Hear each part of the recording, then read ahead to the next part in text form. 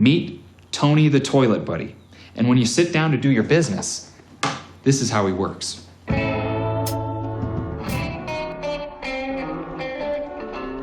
Toilets never really played a big role in Breaking Bad. Pinkman wanted to sell his house because Emilio and Crazy 8 were turned into raspberry slush and flushed down his toilet. Gus Fring's elaborate scheme to take out Don Eladio and his capos involved forcing himself to vomit into a toilet. And then, of course, Hank Schrader had his moment of clarity while using the toilet, where he finally made the discovery that led him to realize his brother-in-law was indeed Heisenberg. The toilet never seemed particularly meaningful in any of those three scenes. Disposing bodies, ejecting poison from your body, and looking for some reading material while needing to do one's business. There was no hidden meaning as far as I'm aware connecting these scenes through some symbolic toilet link. Then in Better Call Saul's debut season, we were introduced to Tony the Toilet Buddy. And again, nothing. Some oddball with a whack job shitty invention. But now I'm half expecting scarred child Chandler to wander back into the story at this point.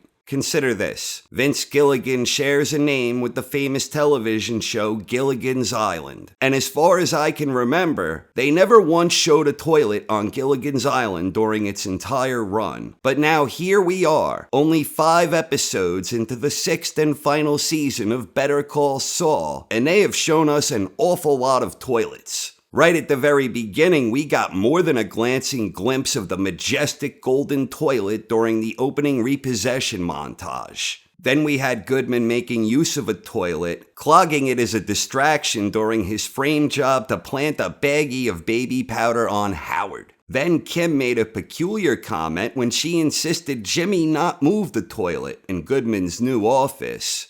Then on his big opening day with the triumphant return of Francesca, the toilet is still just sitting there, right in the middle of the office, with a line of dirty criminals lined up so they can stride past the bowl and greet the king of the shitters, Saul Goodman himself. Finally, we have Kim sitting on the bowl, suggesting a new slogan for the Goodman character. I'll fight for you. I think everything ties back to the opening repossession montage. Wherever this season is ultimately heading, it's all about that opening. We were given a very clear and deliberate look at the golden toilet, on par with the clear and deliberate look we got of the tequila bottle stopper. Now we get a pretty good look of a lot of different things, including the undergarment, the 2 sinks with the Viagra, the wardrobe, the car, but the golden throne and the bottle stopper were prominent, as was the view of Saul's car. What I find interesting is that all of these things are connected. The golden toilet, the bottle stopper, and the car. And it circles back to Kimmy Corleone sitting on her throne as she pushes a new slogan on the Goodman character. In the premiere, Kim directed Jimmy on several matters pertaining to the Goodman character. According to Kim, Saul Goodman needs to drive an American-made car with a little flair. Saul Goodman needs an eye-catching office near the courthouse that will be a cathedral of justice. Saul seeks out a place seeking Kim's approval. She thinks it's small, dirty, and smells funny, but she likes the proximity to the courthouse and MVC. She likes the ample parking, and it's also close to bail bond row. Goodman was eager for her approval here, and she granted it. So Kim is also having a huge influence on the target client Saul will service. Slip and Jimmy may have provided a strong foundation for Saul Goodman, but right now Kim is the one fine-tuning the design into the finished product, and he's all too eager for her guidance and approval. She insists he not move the toilet. She doesn't mind that it's dirty, small, and smells funny. She also had a talk with the ADA where she made a strenuous point to differentiate between Jimmy, her beloved husband Jimmy McGill, and Saul Goodman, the current scumbag creation and work in progress of a character Kim is now shaping. Now in this latest episode, Kim is literally sitting on the toilet as she shadow boxes and teaches Jimmy her new slogan for her Goodman character. All the while, Saul still has that same toilet sitting in his new office, right in the middle of the room. Saul Goodman, king of the shitters. Kim is literally dumping her dirty designs for the future Saul Goodman right on his office floor. Saul Goodman is gonna be a disgusting, dirty, despicable dirtbag lawyer. Kimmy Corleone is the one sitting on the throne, dictating more characteristics she wants Jimmy to use under the guise of the fake Goodman persona. I have to believe there is a story behind that golden toilet. Whatever silly story it might be. They stole it, they spray painted it, they won it at an auction. Whatever tale that toilet might tell, I do believe there is a tale to be told. And I believe that particular toilet is something more significant than we may otherwise believe were it not for the fact that we see one toilet after another. There is a movement happening here.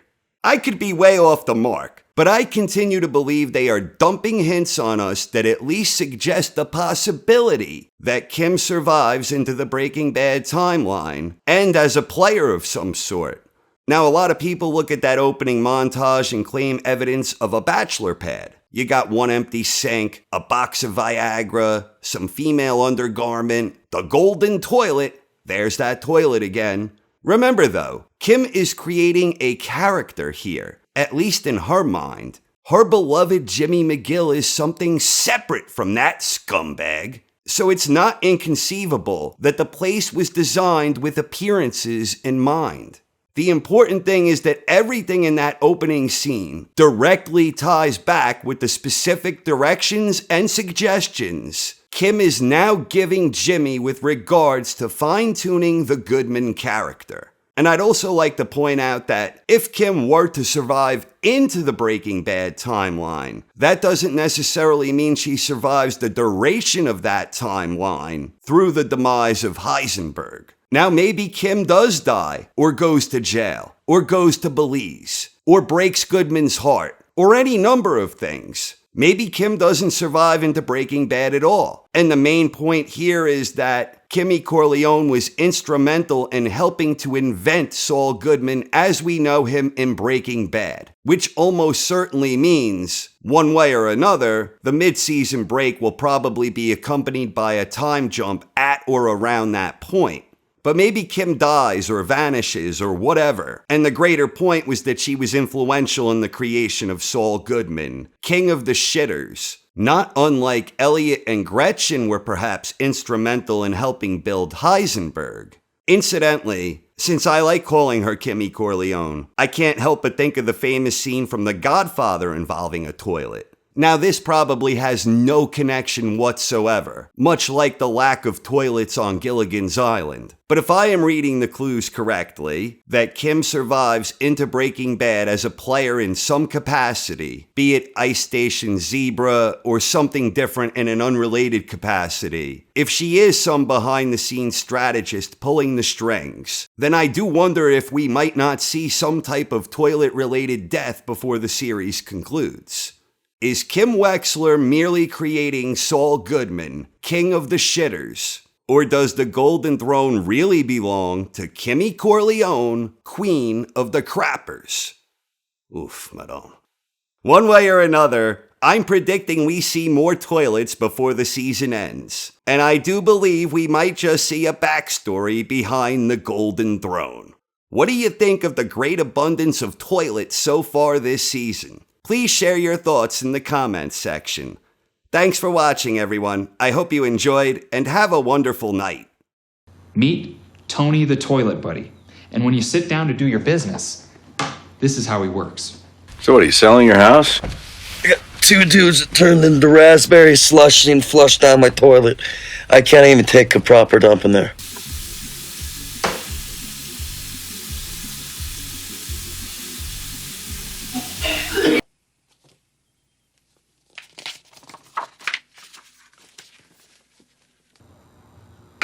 Gosh, you're big.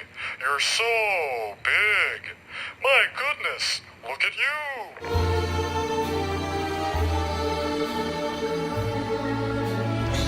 Shit.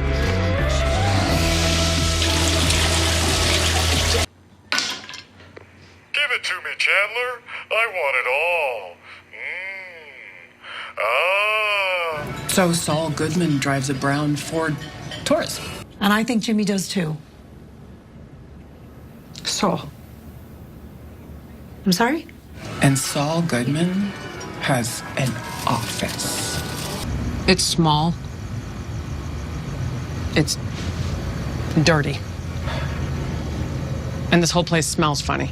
Clearly, his taste in women is the same as his taste in lawyers, only the very best, with just the right amount of dirty. Just promise me you won't move the toilet. What? That? It's Garbaggio on its way to the dumpster. What is Ice Station Zebra Associates? It's a loan out. It's fine. I'm Saul Goodman. Pow! I fight for you.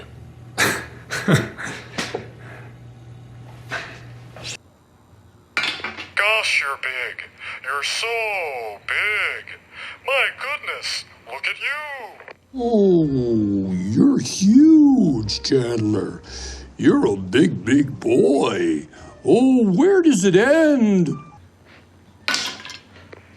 it to me, Chandler. I want it all. Don't stop, Chandler. Don't stop. Ooh. Hey, buddy, you're the one with the sex toilet. Get off my property! Hey, you know what? I hope you do make a fortune, because Chandler's going to need it to help pay for his therapy. Oh, what is that? Is that a piece of corn? No. Did you eat corn, Chandler? Is that a disgusting. niblet I see? Merry Christmas! Dinner was full! Who is this? That, my friend, is Albuquerque's public enemy number one. Give it to me, Chandler. I want... You're done. You are done.